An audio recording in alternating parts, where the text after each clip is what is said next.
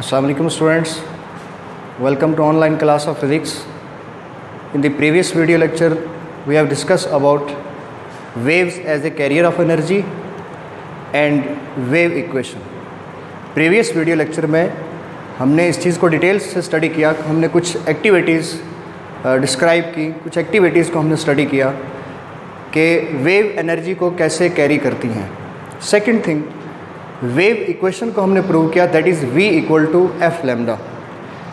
उस particular relation से हम एग्जांपल सॉल्व करते हैं, न्यूमेरिकल प्रॉब्लम सॉल्व करते हैं और वेव की वेवलेंथ को, फ्रीक्वेंसी को हम फाइंड आउट करते हैं, वेव की स्पीड को हम फाइंड आउट करते हैं. So in today video lecture we are going to discuss ripple tank. There are some key points of this video lecture. First one is introduction to ripple tank. That means कि what is ripple tank, के ripple tank क्या है. Second thing, that is experimental arrangement, कि जो experimental setup है ripple tank का वो कैसा है. And third one is description. Description mean explanation, और इसकी डिस्क्रिप्शन में हम स्टडी करेंगे रिफ्लेक्शन ऑफ वेव, कि वेव की रिफ्लेक्शन कैसे होती है, रिफ्रैक्शन ऑफ वेव, वेव की रिफ्रैक्शन कैसे होती है, and diffraction of wave, wave diffract कैसे करती हैं. सो इन सारी चीज़ों को हम वन बाय वन यहाँ पर डिस्कस करते हैं. सबसे पहला point, introduction to ripple tank means what is ripple tank और how you can define ripple tank. Ripple tank को आप कैसे डिफाइन कर सकते हैं या रिपल टैंक क्या है. So very simple definition, ripple tank is a device which is used to produce water waves and study their characteristics. Again, I repeat my sentence. Ripple tank is a device which is used to produce water waves and study their characteristics. Such a device is known as ripple tank. Next, that is experimental setup. Second point जो है वो उसका experimental arrangement है, experimental setup है. तो उसके experimental setup के लिए सबसे पहले हमें एक उसका experimental setup draw करना है. फिर हम देखेंगे कि उसका एक्सपेरिमेंटल सेटअप किन किन चीज़ों पर मुश्तमिल है, किस चीज़ का क्या फंक्शन है, कौन सा कंपोनेंट क्या काम कर रहा है. तो फर्स्ट ऑफ ऑल मैं एक रिपल टैंक यहाँ पर ड्रा कर देता हूँ. रिपल टैंक बेसिकली एक रेक्टेंगुलर ट्रे है, like this. Ripple tank consist of A rectangular tray. A ripple tank consists of a rectangular tray having glass at its bottom, जिसके बॉटम में glass होता है, जो ग्लास का बना होता है. ये आपके पास एक रेक्टेंगुलर ट्रे आ गया.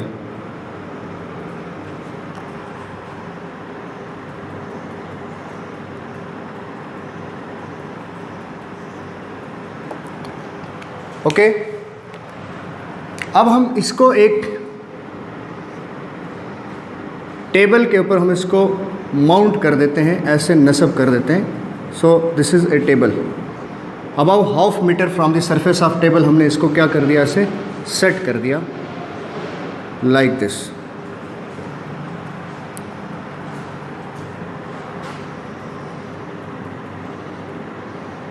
सिमिलरली हम इसको यहाँ भी ऐसे ड्रा कर देते हैं और एक यहाँ पर हम इसको ऐसे ड्रा कर देते हैं.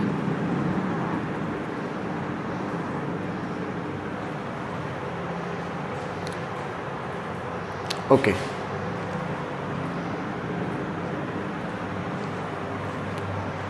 इसको मैं थोड़ा सा नीचे ले आता हूँ. This is experimental setup of ripple tank.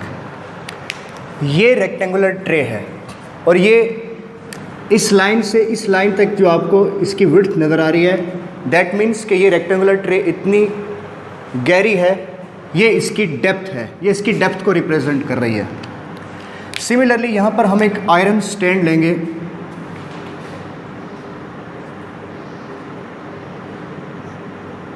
इस आयरन स्टैंड के साथ हम इसको यहाँ से पास कर देते हैं ऐसे.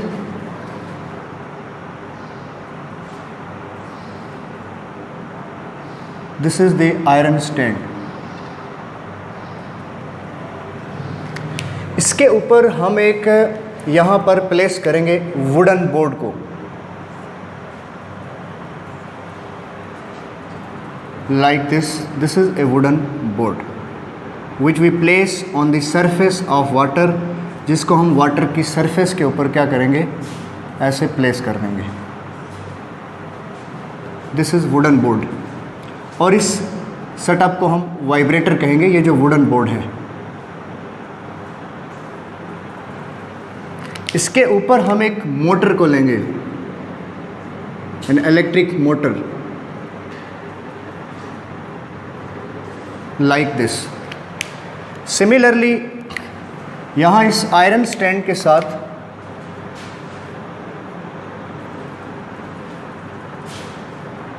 हम एक रॉड को लेंगे, जिस रॉड के थ्रू आप यहाँ से एक पावर सप्लाई है, और उस पावर सप्लाई से जो वायर्स हैं उसको हम गुजारेंगे। ये आ गया आपका स्विच। जब हम इस स्विच को ऑन करेंगे तो फिर ये मोटर आपकी क्या करेगी, वाइब्रेट करेगी। सो दिस इज़ वाइब्रेटर। मैं साथ साथ इसको लेबल भी करता जा रहा हूँ। This is rectangular tray. ये आपके पास आयरन स्टैंड आ गया, this is iron stand. Okay, अब हम वायर लेते हैं, 2 वायर्स आप लेंगे और इसको आप मोटर के साथ क्या कर देंगे, ऐसे अटैच कर देंगे। ओके, अब इसके साथ यहाँ पर हम एक लैंप को लेते हैं, एक बल्ब को लेते हैं, which is use to see the image of waves. Waves का इमेज लेने के लिए हम इसको लैंप को ले लेते हैं। सिमिलरली हम इसके बॉटम में, चूँकि ये ग्लास की ट्रे है तो डेफिनेटली ये ट्रांसपेरेंट होगी, तो इस लैंप से, इस बल्ब से जब इस पर लाइट पड़ेगी तो इसके नीचे इसका इमेज बनेगा, जिस इमेज को हम एक पेपर पर क्या कर सकते हैं, हासिल कर सकते हैं, लाइक दिस। ये यहाँ पर आपके पास एक पेपर है और इस पेपर के ऊपर हम इसका इमेज ले सकते हैं ऐसे। अब हम इसकी वर्किंग की तरफ आते हैं। वर्किंग से पहले मैं एक बार फिर इसके एक्सपेरिमेंटल सेटअप को एक्सप्रेस कर देता हूँ। The experimental setup of ripple tank is shown in figure. A ripple tank consists of following parts. Number 1 is, मैं यहाँ नोट नहीं करूँगा, जस्ट वो चीज़ें मैं यहाँ पर लिख देता हूँ और उसको एक्सप्रेस कर देता हूँ। First one is rectangular tray. Number 1 is rectangular tray having glass at its bottom. Second one is vibrator. Second one is vibrator, and that is an electric motor. Electric motor mounted on wooden board, जिसको आपने wooden board के ऊपर क्या कर दिया है, नस्ब कर दिया है, माउंट कर दिया है। And the third one is bulb, electric bulb or lamp to see, which is used to see image of waves. Wave का इमेज लेने के लिए हम इसको क्या करते हैं, यूज़ करते हैं। And the fourth one is power supply. What is the function of power supply? Power supply का फंक्शन क्या है? पावर सप्लाई जब आप इसको देंगे, it turn on the motor and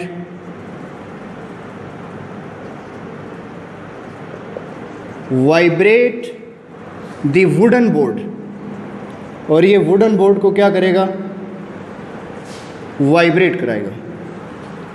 similarly हमारे पास एक पेपर भी है, उस पेपर का फंक्शन क्या है? What is the function of paper? to get image of waves का इमेज देगा आपको। So this is the experimental setup of ripple tank. ये रिपल टैंक का एक्सपेरिमेंटल सेटअप है। Now description. First of all, when the power supply is on, जब हम इसको switch on करेंगे, then the electric motor starts and it vibrates the wooden board. ये इस wooden board को क्या करेगा, वाइब्रेट करेगा, which is just place on the surface of water, जिसको हमने वाटर की सरफेस के ऊपर लिया हुआ है। आप इसको यहाँ इमेजिन कर दीजिए, मैं चूँकि इस तरफ नहीं ड्रा करूँगा इसको, कि ये जो अब मैं ब्लू डॉट्स डाल रहा हूँ, दैट मीन्स कि ये रेक्टेंगुलर ट्रे है और इस रेक्टेंगुलर ट्रे के अंदर ये सब का सब क्या है, वाटर है। और इस वुडन बोर्ड को आपने इस वाटर की सरफेस के ऊपर ऐसे रखा हुआ है। जैसे ही आप यहाँ से स्विच ऑन करेंगे तो ये मोटर ऑन हो जाएगी, और ये इस मोटर को आपने माउंट किया हुआ है, नस्ब किया हुआ है इस वुडन बोर्ड पे। तो जब ये मोटर ऑपरेट हो जाएगी तो ये वुडन बोर्ड ऐसे ऐसे वाइब्रेट करेगा। जब ये वुडन बोर्ड ऐसे ऐसे वाइब्रेट करेगा, देन इट क्रिएट्स वेव। ये वेव्स क्रिएट करेगा, उन वेव्स को हम क्या कहते हैं, वाटर वेव्स कहते हैं। और वो वेव्स वेव फ्रंट की फॉर्म में ऐसे इस रेक्टेंगुलर ट्रे में आगे प्रोपगेट करती जाएंगी। तो लाइक दिस, मैं यहाँ पर ब्लू मार्कर से वेव फ्रंट ड्रा कर देता हूँ।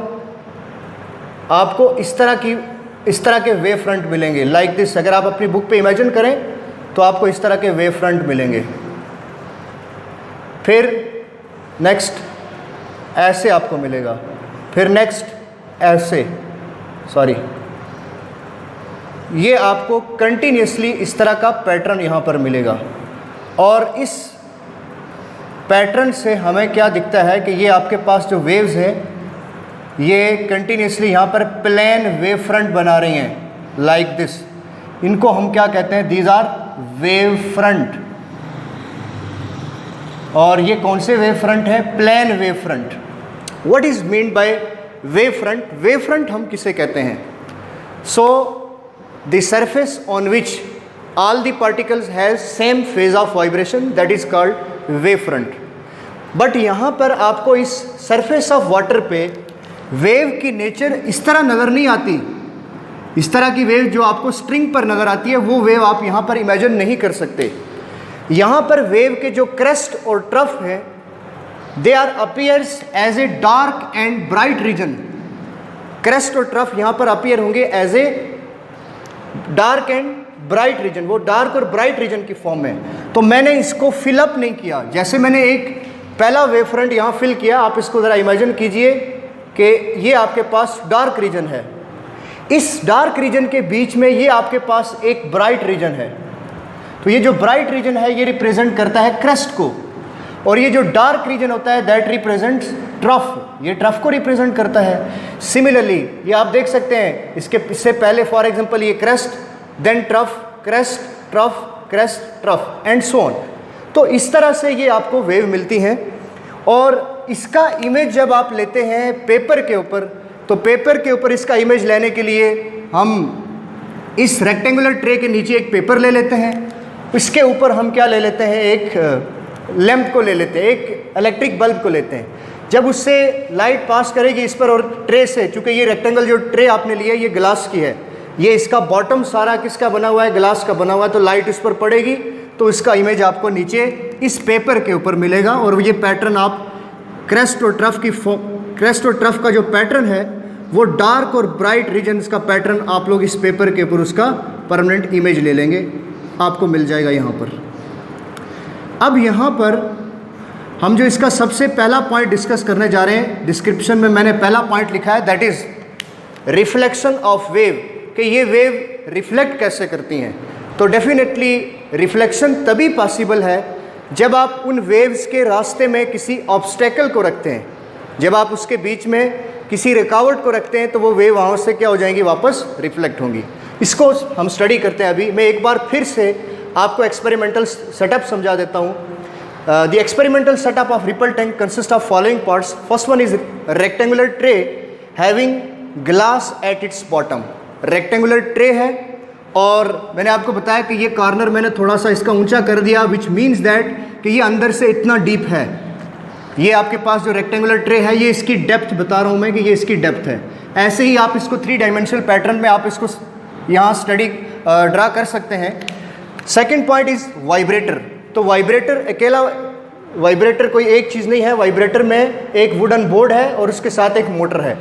इस होल सेटअप को, ये जो आपको छोटा सा सेटअप नज़र आ रहा है, इसको हम क्या कहते हैं, वाइब्रेटर। इस वाइब्रेटर का फंक्शन क्या है और ये वाइब्रेटर कब काम करता है, when ever the switch is on.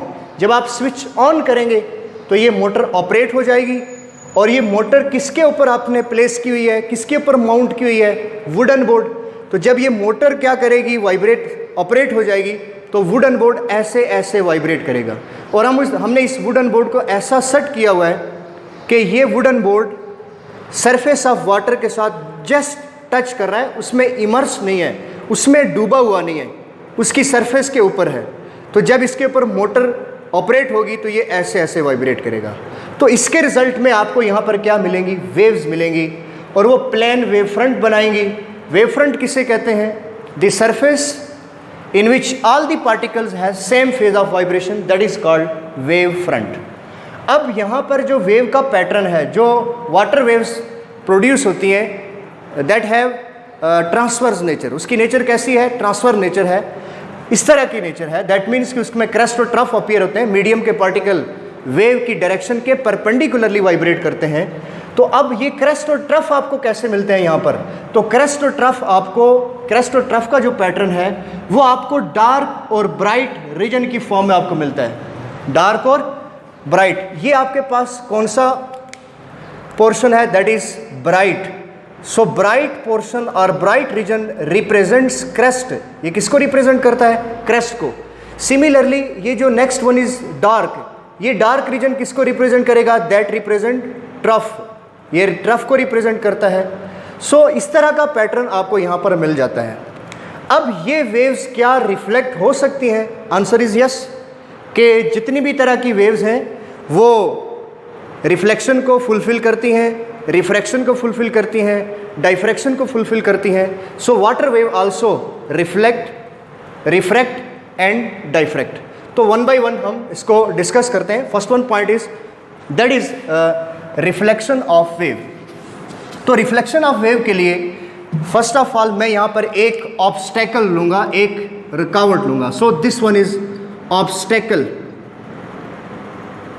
Description में हमारा पहला पॉइंट रिफ्लेक्शन ऑफ वेव, हम इसको स्टडी करने जा रहे हैं कि वाटर वेव्स रिफ्लेक्ट कैसे होती हैं। तो आप इसकी सरफेस के ऊपर कोई ऑब्स्टेकल रख देते हैं, ऐसे मैंने ऑब्स्टेकल ले ली, इसी पैटर्न को मैं यहाँ पर स्टडी करता हूँ, मैं आपको यहाँ पर एक्सप्रेस करता हूँ। ये ऑब्स्टेकल है, तो इस सरफेस के ऊपर हम एक पहले नॉर्मल ड्रा करेंगे। तो उस नॉर्मल लाइन को हम ऐसे ड्रा करेंगे। रिमेंबर कि ये आपके पास एक ये आपके पास एक लाइन है, एक सरफेस है। इस सरफेस के ऊपर जब आपसे कहा जाए कि आप इसके ऊपर नॉर्मल ड्रा करें, तो क्या ये लाइन इसके ऊपर नॉर्मल है, आंसर इज नो। क्या ये लाइन इसके ऊपर नॉर्मल है, नो। अगर इसके ऊपर आपने नॉर्मल ड्रा करना है तो वो इसके ऊपर ऐसे आएगी। तो अब वैसे ही ये जो आपने ऑब्स्टेकल ली है, ये ऑब्स्टेकल ब्लैक वाली, इसके ऊपर आपने ये नॉर्मल ले लिया। ओके, अभी 2 पॉइंट्स और हैं, हम उसको डिस्कस कर लेते हैं। ये आपके पास नॉर्मल आ गया। अब इस नॉर्मल के साथ मैं वही पैटर्न वेव फ्रंट की फॉर्म में यहाँ ड्रा करता हूँ। ज़रा देखिए, इसको इमेजिन कीजिए, ये हमारे पास वेव आ गई which are propagate in the form of plane wave front. मैं रेड मार्कर से आपको रिप्रेजेंट कर रहा हूँ। So these are the waves, direction of propagation of wave. ये आपके पास वेव्स हैं which propagate in the form of plane wave front. अगर आप बुक पे देखें तो ये आपको बुक पे शेडेड रीजन मिलेगा, इस तरह का कंप्लीट डार्क रीजन मिलेगा, ये प्रॉपर, बट मैं इसको ऐसे ड्रा कर देता हूँ। अब इसमें what is the direction of propagation of wave, wave की डायरेक्शन क्या है, तो आंसर इज ये जो एरोहेड है that represents the direction of propagation of wave. अगर मैं इस एरोहेड को यहाँ से हटाकर यहाँ ब्लू लाइन के साथ ऐसे ड्रा कर देता हूँ, तो ये आपके पास इंसिडेंट हो रही है वेव्स इस पॉइंट के साथ, ये आपके पास पॉइंट ऑफ इंसिडेंस है, ये नॉर्मल लाइन है। तो अब इस इंसिडेंट रे इस इंसिडेंट वेव और इस नॉर्मल के बीच में जो एंगल बनेगा that is angle of incidence. अब ये जो लाइन मैंने ड्रा की हुई है, ये वाली black line, that represents the obstacle. ये किसको रिप्रेजेंट कर रही है? रुकावट को रिप्रेजेंट कर रही है, ऑब्स्टेकल को रिप्रेजेंट कर रही है। तो क्या इस ऑब्स्टेकल से ये वेव रिफ्लेक्ट होंगी? तो आंसर इज यस, के वाटर वेव्स, कोई भी वेव हैं, जो भी वेव आप स्टडी करते हैं, तो वेव सारी की सारी वेव्स रिफ्लेक्शन की प्रॉपर्टी को क्या करती हैं? ओबे करती हैं या फुलफिल करती हैं। अब हम इसी ऑब्स्टेकल को ऐसे ले लेते हैं, फिर से वही ऑब्स्टेकल है।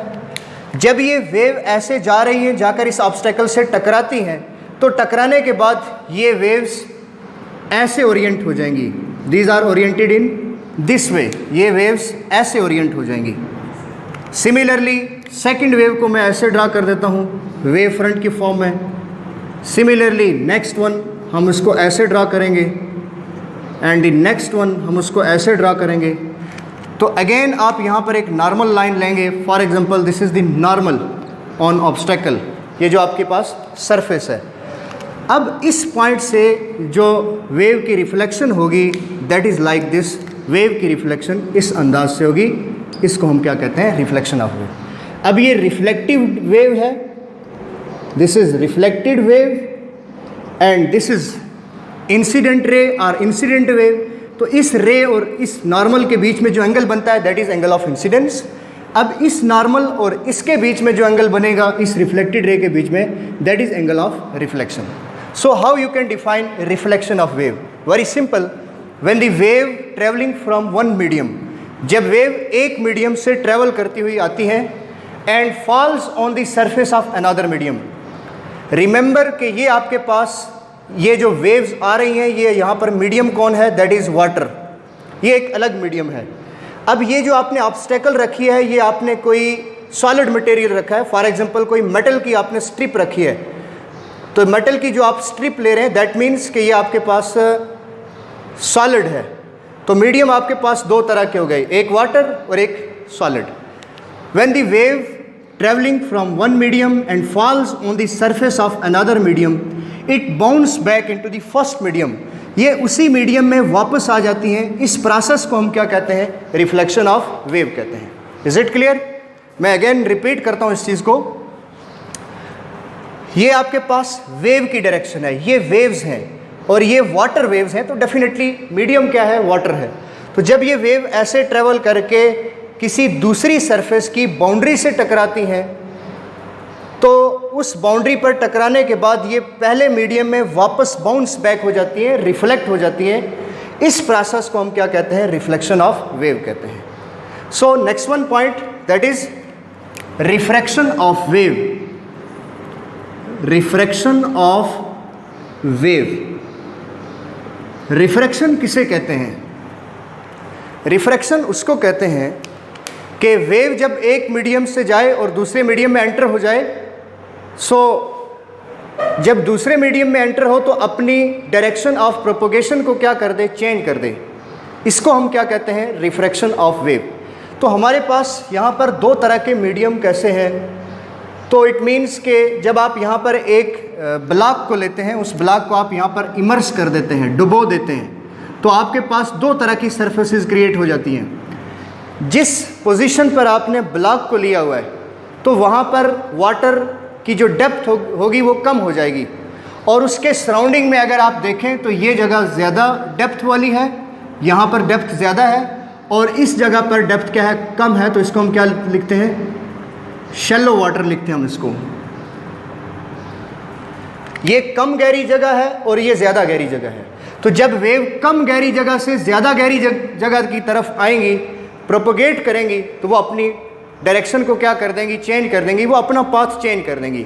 इसी प्रोसेस को हम क्या कहते हैं? रिफ्रैक्शन ऑफ वेव कहते हैं। इस पैटर्न को मैं यहाँ डिस्कस करता हूँ। देखिए, ये आपके पास एक पैटर्न है, ये एक सरफेस हमने ली।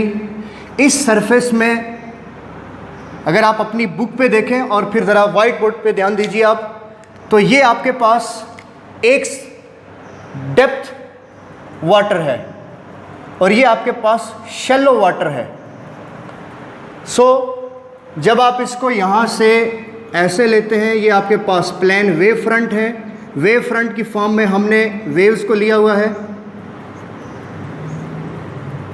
And the direction of propagation of wave is like this, जिसको मैं मार्क करता हूँ। This is the direction of propagation of wave.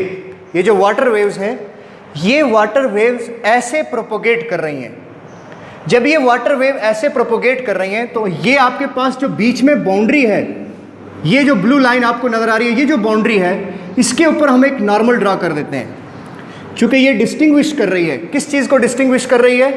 ये यहाँ पर डेप्थ वाटर है और यहाँ पर शैलो वाटर है। इट मीन कि ये जगह कम गहरी है और ये जगह ज़्यादा गहरी है। तो जब ज़्यादा गहरी जगह से कम गहरी जगह की तरफ अगर वेव्स प्रोपोगेट करेंगी तो क्या वो अपनी डायरेक्शन को मेंटेन रखेंगी? नो, वो अपनी डायरेक्शन को क्या कर देंगी? चेंज कर देंगी। इस प्रोसेस को हम क्या कहते हैं? रिफ्रैक्शन ऑफ वेव कहते हैं। कि वेव जब एक मीडियम से दूसरे मीडियम में एंटर होती है तो वो अपनी डायरेक्शन ऑफ मोशन को क्या कर देती है? चेंज कर देती है। So this process is known as refraction of wave, और this property of wave is known as refraction of wave. But आपका एक क्वेश्चन है, आपका एक क्वेश्चन आपके माइंड में अराइज हो सकता है कि यहाँ तो मीडियम ये और ये वाटर ही है, तो जस्ट यहाँ पर डेंसिटी चेंज होती है। ओके, अब यहाँ पर हम ये देखते हैं कि यहाँ पर वाटर की ये आपके पास ये डेप्थ वाटर है, ये शैलो वाटर है। तो जब यहाँ से हम वेव की डायरेक्शन को देखेंगे, वेव की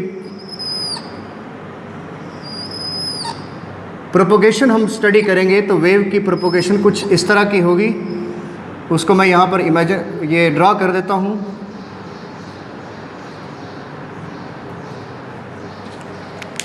कि ये आपके पास वेव की डायरेक्शन थी। अब चाहिए तो ये था कि इस वेव को इस बाउंड्री से जब बाहर निकलती तो अपनी डायरेक्शन ऑफ मोशन को मेंटेन रखती, बट शैलो और डेप्थ वाटर की वजह से ये अपने पाथ को ऐसे चेंज कर देती है। अगर मैं इसको लिखता हूँ कि this one is incident ray, ये इंसिडेंट रे है, and this one is refracted रे। तो इंसिडेंट रे इस रास्ते पर नहीं गई, जब इस बाउंड्री से इधर आई तो उसने अपना पाथ क्या कर दिया? चेंज कर दिया। So this process is known as refraction of wave. इस प्रोसेस को हम क्या बोलते हैं? इस प्रोसेस को हम रिफ्रैक्शन ऑफ वेव बोलते हैं। Next one is diffraction, diffraction of wave. So what is mean by diffraction of wave? मैं पहले डिफाइन कर देता हूं डाइफ्रैक्शन को। The bending of waves around the sharp edges और ऑब्स्टेकल्स। आप एक ऑब्स्टेकल लेते हैं, आप एक रुकावट लेते हैं, उसके करीब से, उसके बीच में आप एक स्मॉल ओपनिंग रखते हैं जिसको हम स्लिट कहते हैं। तो उससे जब वेव प्रोपोगेट करेंगी तो वो स्प्रेड होती जाएंगी, फैलती जाएंगी, सर्कल बनाती जाएंगी। इस प्रॉपर्टी को हम क्या कहते हैं? Diffraction of wave.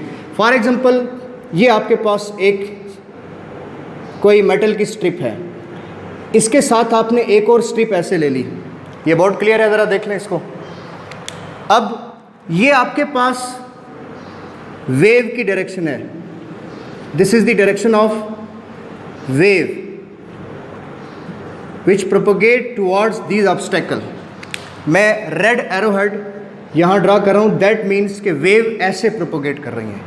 तो जब ये वेव्स यहाँ से निकलेंगी, इस स्मॉल ओपनिंग को हम क्या कहते हैं? This small opening is known as slit. इसको हम स्लिट का नाम देते हैं। The bending of wave around the sharp edges और obstacle is known as diffraction of wave, like this. ये इस तरह का पैटर्न आपको जो मिलेगा, इस पैटर्न को हम क्या कहते हैं? Diffraction of wave. Again, what is reflection of wave? Reflection is like this. Whenever we place a particular strip, आप कोई मेटल की स्ट्रिप रख देते हैं, कोई आप एक ऐसा ऑब्जेक्ट रख देते हैं जिससे जाकर वेव टकराएं, तो वेव टकराने के बाद हम उसका बिहेवियर स्टडी करते हैं। तो ये आपने एक ऑब्स्टेकल रखी, फॉर एग्जांपल इस ऑब्स्टेकल को यहाँ पर आप रख देते हैं। अब ये वेव्स ऐसे प्रोपोगेट कर रही हैं, यहाँ पर जाकर वेव ने इसको हिट किया, स्ट्राइक किया, इसके साथ आपने यहाँ नॉर्मल ड्रा कर दिया, तो ये वेव्स यहाँ से ऐसे वापस क्या हो गई? रिफ्लेक्ट हो गई, और लॉ ऑफ रिफ्लेक्शन को फुलफिल करती हैं। So this is all about the lecture. Next lecture में हम नेक्स्ट चैप्टर को स्टडी करेंगे। सो तब तक अपना बहुत सारा ख्याल रखिएगा। अल्लाह हाफिज़।